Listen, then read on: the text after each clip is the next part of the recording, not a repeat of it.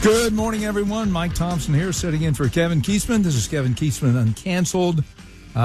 It is my supreme pleasure today to have a good friend in studio with me. But before I get to the introduction, I need to tell a little bit of a story. Back when I just got out of the Navy, I got into television. I was working in Oklahoma City, 1979, 1980. A young meteorologist on the air down there, and I was making, $12,000 a year or something like that. Getting a little bit discouraged, thinking, gosh, am I ever going to get ahead? And we had a main anchor at that station. His name was Jerry Adams, number one show in town, news anchor. He worked with Gary England, who was my boss. Gary was the chief meteorologist. So one day I was back in the Weather Center, and Jerry came wandering back there to chat. And I said, Jerry, gosh, I'm making $12,000 a year. Do you think I'll ever make $30,000 a year? And Jerry said, oh, yeah, you'll make a lot more than that. Don't worry about it. So it just gave me the encouragement I needed to keep going on, you know. And years later, I'm talking to our guest here, find out that he is Mark Alford's uncle. And Mark is with me here, Congressman Mark Alford. And I can't remember how that conversation came about. But you and I started comparing notes and right. realized that I worked with your uncle down there. Well, first off, Mike, good to be with you, and thanks for Kevin Kietzman for getting such a great fill-in host such as yourself, the state senator, Mike Thompson. Yeah, my uncle was an anchorman. He was one of my heroes. I looked up to him. I wanted to follow in his footsteps. He was a class act. He was a Phil Witt or Larry Moore of Oklahoma City. He worked at all three stations. I think he got fired from two. But anyway, I wanted to be like him. And when I came to Fox 4, you started talking about Oklahoma City. I said, well, did you know my uncle? And yeah, his name came up. And he was a good guy. He never had any journalistic training. He was a DJ in Wichita Falls, Texas. Really? And cut a record called Wichita Willie. Wichita Willie, won't you come out tonight? Wichita Willie, won't you treat me right? Willie. Anyway, he got discovered by someone in Oklahoma City. I forgot the name of the family, but they own the newspaper and they own Britton, the Britton family. The Brittons, yep. There's a road name there by the studio, and they hired him to come do the news. That doesn't happen anymore. You've got to have some journalistic training, which I had a little. And TV has changed. I was on the air for about 40 years. And from the time I got in the 70s until I got out, you saw it change. We had all the ownership, shrank back in the day. Yeah. In fact, in Oklahoma City, I worked for the Griffin family there. And then went to Charlotte, and I ended up going to work for a company owned by, that TV station owned by Westinghouse, and then came to Kansas City, worked for 5 and 4. So a lot of different owners, but, over the years, those dropped off as you had all the mergers and acquisitions, and TV changed. At the time you were at WDAF, was that started out as an NBC affiliate when you were here, right? Yeah, I was just about a year before we went to Fox. And, that was right. I'm trying to remember what year that was. How many owners did you go through? Five owners. And after the fifth owner, I said, that's it. You know how I knew that we were up for sale each time? How's that? When I would go in the men's bathroom and there would be the blue dye in the urinal, I thought, they're cleaning up the shop. We got some potential owners coming to look for. And sure enough, Mike, there would be somebody scoping around to see. And poor John Harriet, the guy who really ran the place, he's still there. Yeah, is he still there? Maintenance engineer. Oh, gosh, that's so funny. We laugh about that. So we're cleaning up. We got some potential buyers coming through. Oh gosh. Well, I got out at the end of 2018 and got into the Senate a little bit by accident, to be honest. The former senator and I go to the same church, and she asked if I would fill in for her final years in the Senate. I said, oh, my gosh. I'd never even considered politics. I mean, 10 years ago, if you told me I was going to be a senator, I'd say, you're nuts. And I'm sure you feel the same way. And I remember one day you called me up after you got off the air, and you were thinking about what sparked your interest in moving from TV into politics. Because I know you were considering it, and you and I talked for maybe 45 minutes at one day on the phone about the pitfalls, the ups and downs. Yeah. I remember that road. transition. I was out driving around Lake Winnebago, just driving around where we live now. Right. And I remember every time I drive down that stretch of the road, I remember talking to you because I just needed someone to talk about, because this was a big decision. Leslie and I gave up everything we'd worked for 35 years. Right. And once I'd never been to a political meeting. You couldn't as a journalist. You weren't supposed to. I had always been a lifelong conservative and Republican, as many of the people watching knew, watching my head about to explode when I would have to read some of these scripts and trying to tell the truth.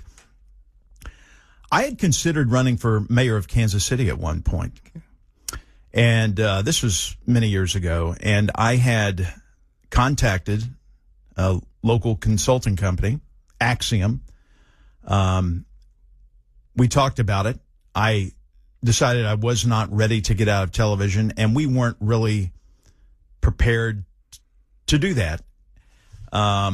So I kind of set that aside. I was at the news desk, reading the news as in Mark Alford fashion, having fun in the morning, and I get a text from a guy who works for Axiom, and we had kept in touch, and he said, "Hey, call me when you get off the air. I want to talk to you about something." So I called him. He says, "Hey, what do you think about running for Congress?" And I thought, "You're nuts." Well, I said, "Well, number one, Manuel Cleaver's in that seat. He would be tough to beat, and it would cost probably $6 million, right. And I can't raise that kind of money." He said, "Well, it's not that district. It's Vicky Hartzer's district down in the 4th." And I said, "Well, I don't live in that district." He says, "Well, you don't have to. If constitutionally, a U.S. representative does not have to live in the district in which he or she represents, just the state. But you do need to live in the district." Yeah, you do. And so he said, "Well, come talk to us." So we did. Leslie and I went down to their office on the plaza. We spent about 2 hours talking with their team. And you know me, everywhere I go in town, I stop and talk to people at the Quick Trip, Hy-Vee. It's all thanks to George Brett, and I'll tell you that story sometime later. But anyway, I thought the last thing Leslie would want me to do was be going to politics, because everywhere I go, I stop and talk to people and ask them, try to make them feel special. And we get in the car, and I said, "So what do you think?" I thought she was going to say no. She said, "You need to do this." Yeah. And I said, "What?" She said, "Yeah, I don't know anyone better who can help our country and represent that district more than you." So we prayed about it, got a lot of counsel. Right.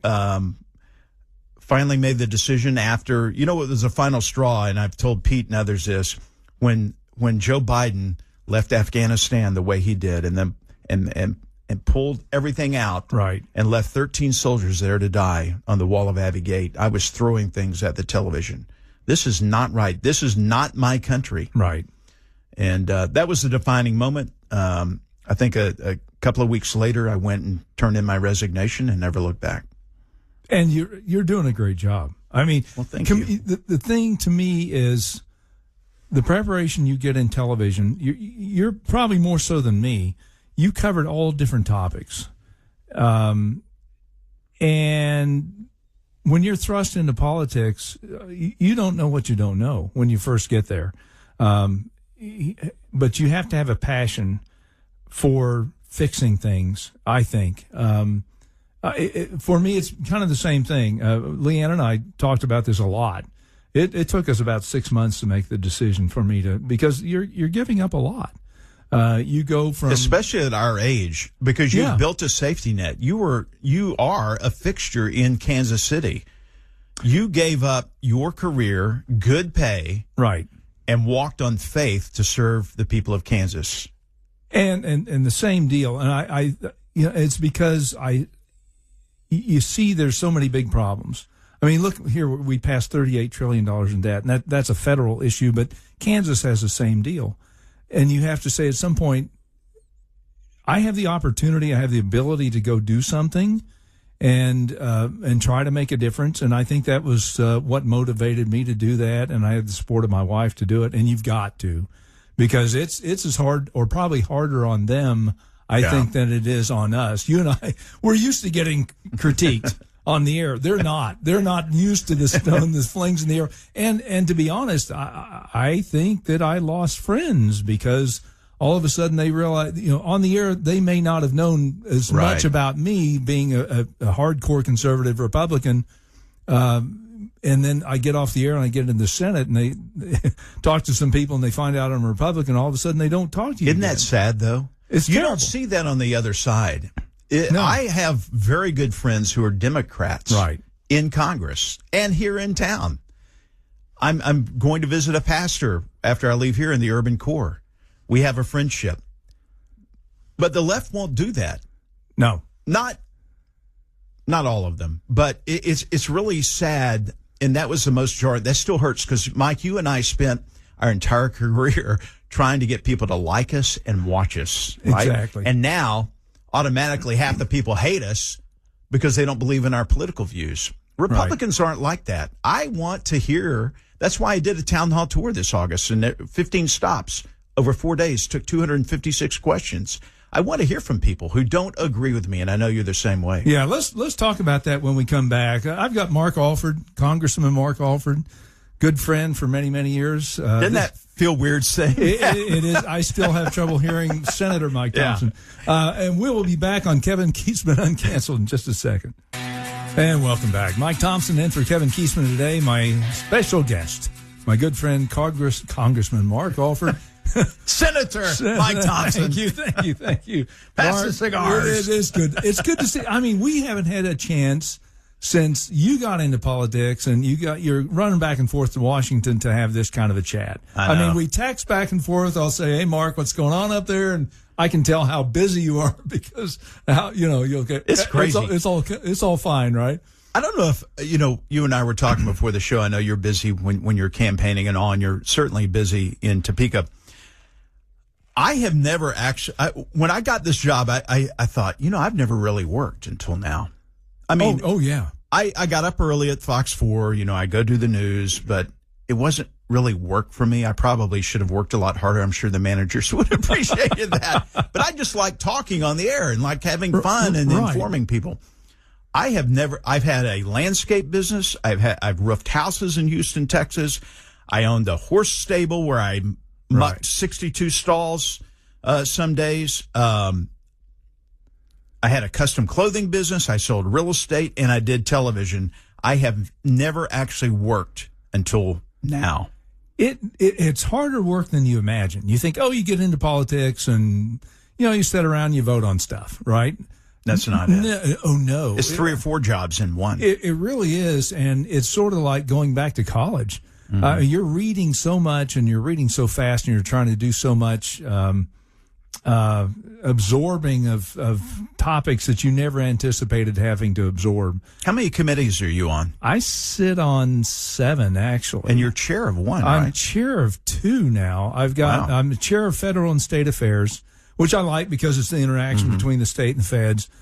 They also gave me the select committee on veterans affairs, which I just acquired last year, and I didn't have a chance to do as much with it as I wanted to because we just ran out of time. We just have a 90-day session, unlike you guys, and so we have to work fast. And I'm in committee meetings from 8:30 in the morning through.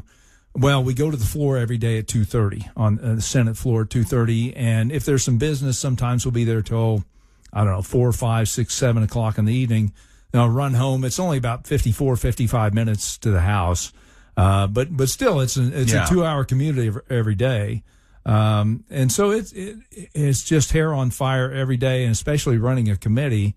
You've got to make sure you got the testimony lined up for the next day. You've got to read the bills, make sure you know what's in those bills. And the staff is so important for that. And I have very little staff. I mean, I've got a committee assistant who helps me run the committee, make sure that we've got all the testimony lined up, and then I've got an office assistant who helps keep the flow in and out of the office. That's it. But you have to manage a staff on top of all of that. We were talking about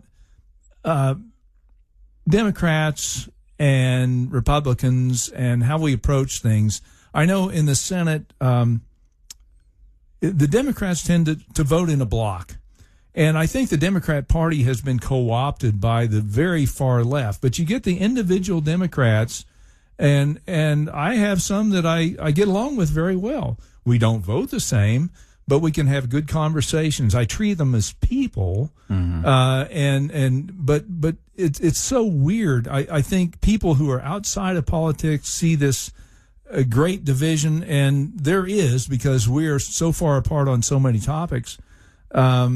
But it's not that we aren't having conversations with individuals within the group. And do you feel the same way of what you experience there in Congress? Yeah, up in Washington, I've gotten to be, as I said, some friends with some Democrats. I invited, when I was on the Ag Committee my first term 2 years ago for the state fair in Missouri, which happens every August, I invited our chairman, G.T. Thompson from Pennsylvania, to come down and do a listening session. Right. Huge turnout. The governor was there. I invited several other members of the Ag Committee to come with us to do this, to listen from farmers and producers mainly about what's going on in agriculture as we're trying to move the Farm Bill through. I invited 2 Democrats. One of them showed up. His name's Jonathan. Mm-hmm. He came and listened. He was from the south side of Chicago.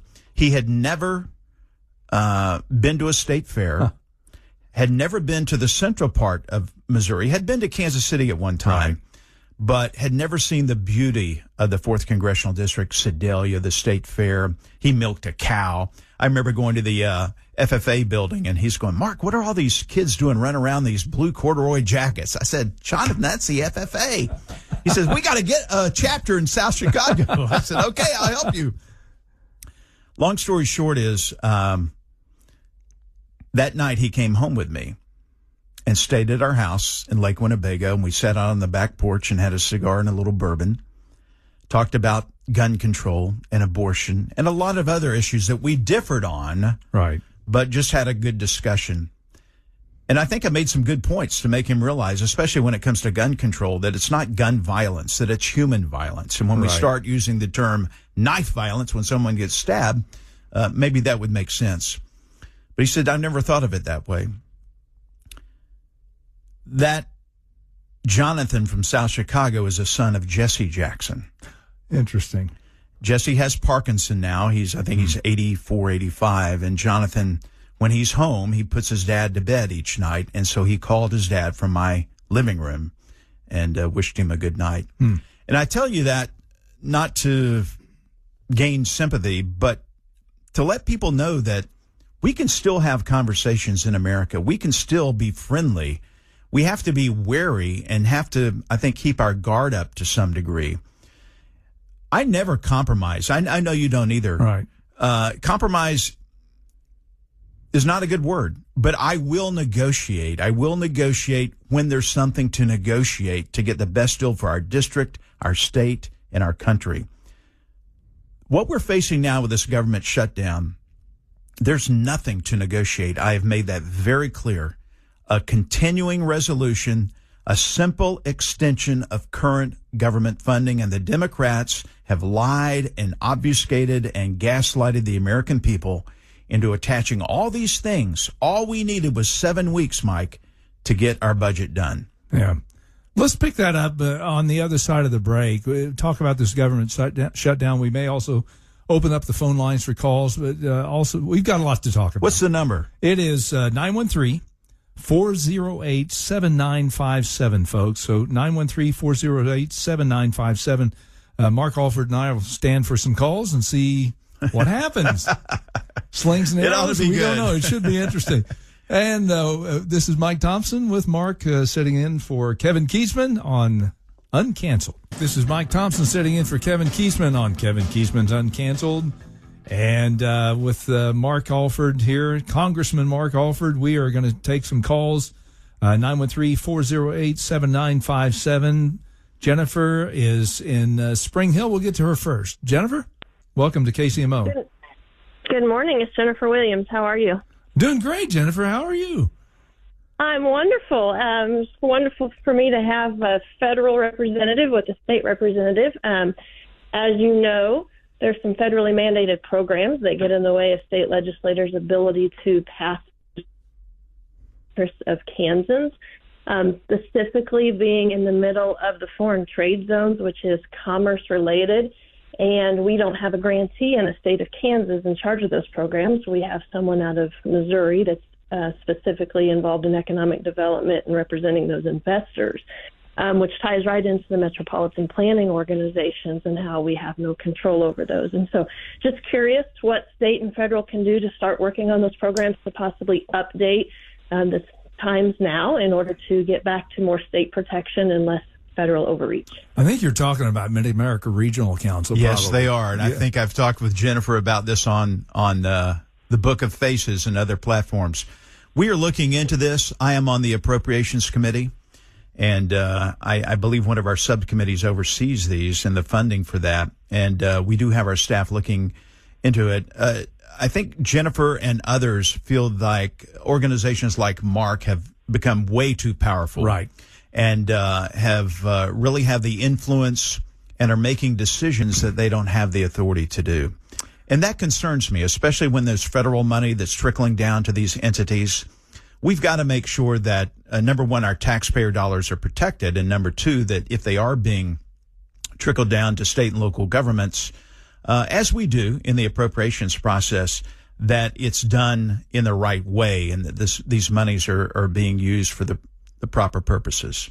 In fact, I sat on legislative post audits, one of the committees I sat on, and then also government efficiency is the other. And we were talking about Mid-America Regional Council the other day, and that was a bi-state compact that went back to 1966. The original intent was to just deal with transportation money, period. Yeah. Now it's expanded out to climate change stuff. That has nothing to do with it. It has more to do with ideology than anything else. And so I think we've got to find a way to rein it in. We absolutely, and if, reversing a bi-state compact is a tough thing, but we will need some federal help, I think, on that to say, listen, guys, let's get back to the original intent if we're going to keep it. If not, we could take that money, put it right into the Department of Transportation in Kansas, into the state general fund, and use that money wisely. And manage it ourselves. So I think that's going to be a big issue. And, it's huge. Well, it could be, we could have some effect through the appropriations process and even a future rescission if it came down to that, clawing some of this money back. But we are looking into this. I have, our, staff member who deals in business and government affairs, and so his name's Matt, and we are on this, Jennifer. Very good. Hey, we've got Eric and Garnett. Eric, you're on with Mark and Mike. It's the Mark and Mike morning show. Good morning, Mark and Mike. How are you? We're doing good. Great. Hey, we got Senator and Dr. Roger Marshall came through and did a town hall here in Garnett, middle of the summer, early spring. Right. And he just went around the room and asked everybody if they had a topic. And at the time, I was doing kind of a part-time project up at the VA in Leavenworth for a communications upgrade project. It was supposed to be a 9-month project, turned into an 18-month project. During the project period, I was on site every day of the week, and it's frustrating to see how we treat our veterans. And I posed the question to Dr. Marshall, and I would pose it to you guys. Does it make sense, or would it help to pursue privatization of VA care or the veterans' care? Well, we are doing that to some degree. I sit on the Appropriations Subcommittee for Military Construction and Veterans Affairs, so I'm very much in tune with how we're spending our money.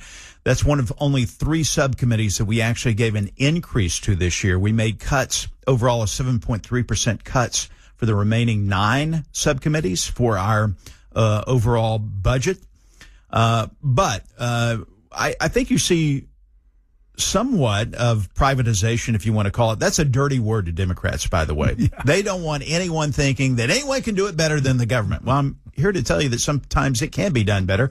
We have a secretary now, Collins, from Georgia, who is committed to turning the Veterans Administration around, to start making it the gold standard of healthcare. And people laugh when I say that, but that's his intent, and he's very much in tune with that. There's something called the Community Cares Program, and if you can't get the care you need at a VA hospital or clinic, then you can get that care where they can give you that care, and then you're reimbursed, or the situation's paid for. Let's put it that way. We plussed up that Community Cares Program. The Democrats cried bloody murder in our committee subcommittee meeting over this.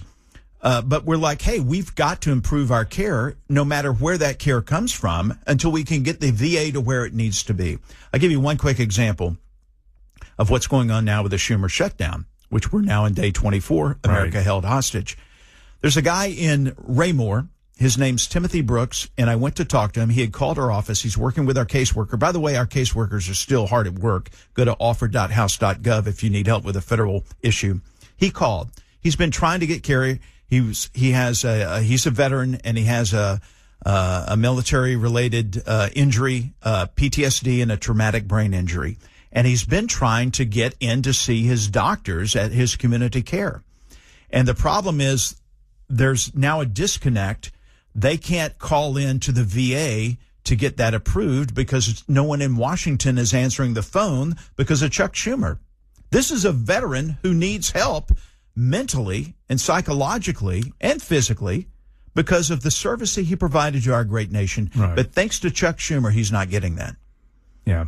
And in the Kansas side, I'm going to ramp up the Veterans Committee much faster. It just happened last year. They dropped it on me at the last second, and I only had a chance to have one meeting, and we passed a couple bills very quickly, but we've got more work to do in Kansas to try to help out. You know, the House has a specific Veterans Committee. The Senate never has.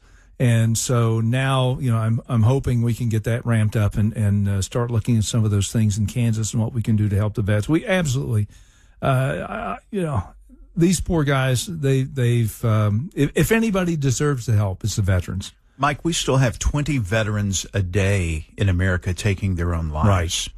We made sure that the hotline number was funded, that the people are there for the mental health issues. Unfortunately, I don't know where that money's going to come from in the future if this shutdown goes on much longer, thanks to Chuck Schumer. And you don't see this could go a while. You know, initially I thought it was going to be over after this No Kings nonsense that went on. Right. The Hate Trump rally. I don't think it is. Chuck Schumer and the Democrats have dug themselves a hole so much they don't know how to get out of it. It's like a golf player, a golfer out on the golf course who's gotten into a deep bunker and keeps hitting the sand wedge, and the ball keeps rolling back down to the middle of the sand. I think and I believe he's scared of the far left component of the Democrat Party. He's definitely afraid of it. That's the whole impetus. He voted for this clean extension. It's called a clean continuing resolution, but it's a simple extension of current government funding. We need 7 more weeks to do our job to get the rest of these bills off the floor and over to the Senate. We're trying to get back to regular order. The Democrats are standing out of the way, and he's afraid of getting primaried by AOC. The Marxist leftist progressive wing of their party has taken over. Look, they're about to elect a Marxist communist socialist to the mayor of New York City. Zoran Mondani. Who would have thought? Oh, I know. And this guy doesn't have a clue about what's going on. And the trouble is, taxpayers here in Kansas and Missouri will be bailing New York City out. Unfortunately, you get that sort of thing, that's what you end up with. But the Democrats want pain. You see it. That's why they want this to keep going on. Just this week, Catherine Clark, the number 2 in charge in the House, she's right under Hakeem Jeffrey. She's kind of the Democrat version of Steve Scalise, said this in a quote in a live interview or taped interview with Chad Pergram of Fox News, who's actually a very good reporter, by the way. Yeah. This is the quote. I mean, shutdowns are terrible, and of course there will be, families that are going to suffer. We take that responsibility very seriously, Catherine says, but it is one of the few leverage times we have. They want leverage to keep this going. They want pain, and it's coming. Coming in November, just next week, SNAP benefits are going to run out. Right. The president has funded the Women, Infants, and Children's program, thank God, through the tariff money offset, and paid the military. But just yesterday, there's another pay cycle coming up for the military. The Democrats in the Senate voted against paying the military. Yeah, that was horrible. That was absolutely horrible. Hey, all politics are local. They really are. We'll talk about that just a little bit here when we come back on Kevin Kietzman Uncanceled. Mark Alford, Mike Thompson here on 95.7. It's been a privilege setting in for Kevin this last couple of days. Mike Thompson here, a former weather guy, now a senator in the state of Kansas, with Mark Alford, my friend and buddy from Fox 4, and also a congressman. I call myself a recovering journalist. See, there you go. Yeah. Hey, before we get and kind of finish up, and we could probably go another 2 hours. I wish we had an hour or so to finish up, but I do want to talk about all the local votes and how important that is. We've got an election coming up. What is it? November 4th, I believe it is. And this is one of those off-year elections where you have a lot of city council members up, board of county commissioner, people that you don't necessarily know. But I want to emphasize we need people to get out and vote. A lot of these elections are determined by a very, very narrow margin, less than 100 votes. And these are the folks who determine whether or not your property tax is going to go up or whether it ever goes down. And so when you're watching and looking at the campaign literature you're trying to determine which candidate to vote for, look for some of these things like some of the key phrases they put on their literature, like economic development or affordable housing or inclusive or welcome. That's all code word for we're going to spend your money like crazy. And you're never going to get a property tax break. So I just want to urge you folks to look at those candidates. Make sure you get out and vote. It's extremely important. I know I've got a good friend, my campaign manager, Mike Perner. He also helps a lot of local candidates as well. And these people work very, very hard, and there's some good candidates out there. And how do you find out what people stand for? That's a hard part. That is the hard part. You and I were lucky. People saw us on TV. We had a little bit of advantage because we had the name ID. But a lot of these people, the local money it takes to get a name ID out, just the name ID alone sometimes gets somebody elected because they've been there a long time. And then you might have some new people who have great ideas. There are these local groups like Northwest Johnson County Republicans, Northeast Johnson County Conservatives. If you go to some of those meetings, search those out, you get to see those candidates and talk to them. And I've been impressed when I've been to some of these meetings, like over in Prairie Village. Prairie Village is kind of the heart of but there are some local candidates there who are running who have some great ideas and want to turn things around.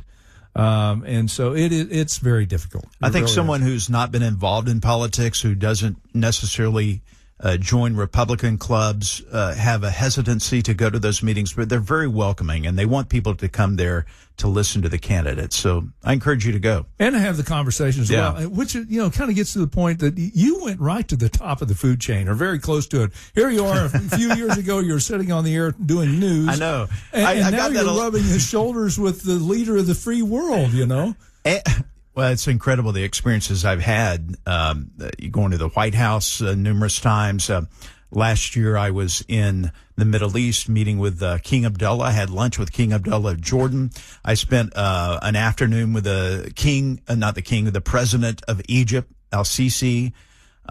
Met with Benjamin Netanyahu in his office. Right. I mean, here's a smart aleck anchor from Fox 4 who ends up meeting with these world leaders. And when they had the peace deal, 2 weeks ago now, I watched the whole thing, and these are all the people that I've met. It was incredible.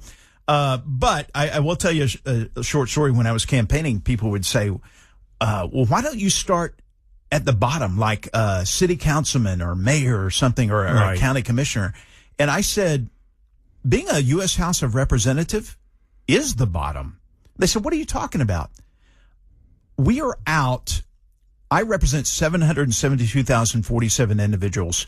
We have 24 counties in our district. I travel to all 24 counties. I put about 100,000 miles on my Ford Expedition each year doing so, listening to people. It is the most grassroots position you can have.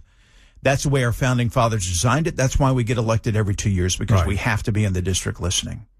And I talk about, I wish we could repeal the 17th Amendment, because the U.S. Senate race is so far, it's become a national race.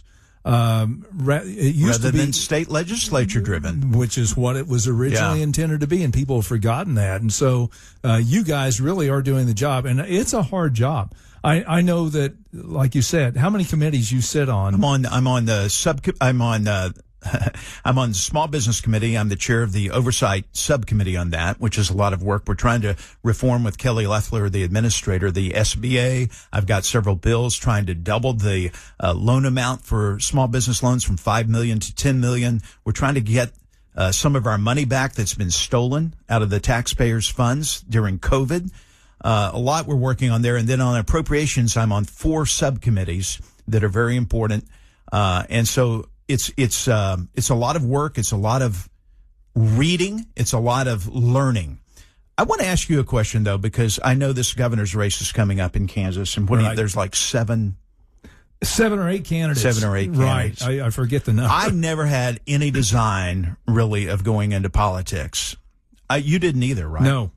I had no idea. I fell into it. I'm happy I did. I mean, I really enjoy this now that I'm in it. I get a lot of people asking me, what do you want to do next? I don't know. I got on appropriations because I wanted to bring back projects to Missouri, our fair share, and turn the show me state into the grow me state with infrastructure, reasonable, rational things. But I don't really have any grand design of leadership or anything. Do you have any? No. I want to be there for the people. I want to be there to try to give our next generation a chance. Control spending, things of that nature. That's what's important. Well, you're doing a great job. Oh, thanks, Proud Mark. to be your friend. Same here, sir.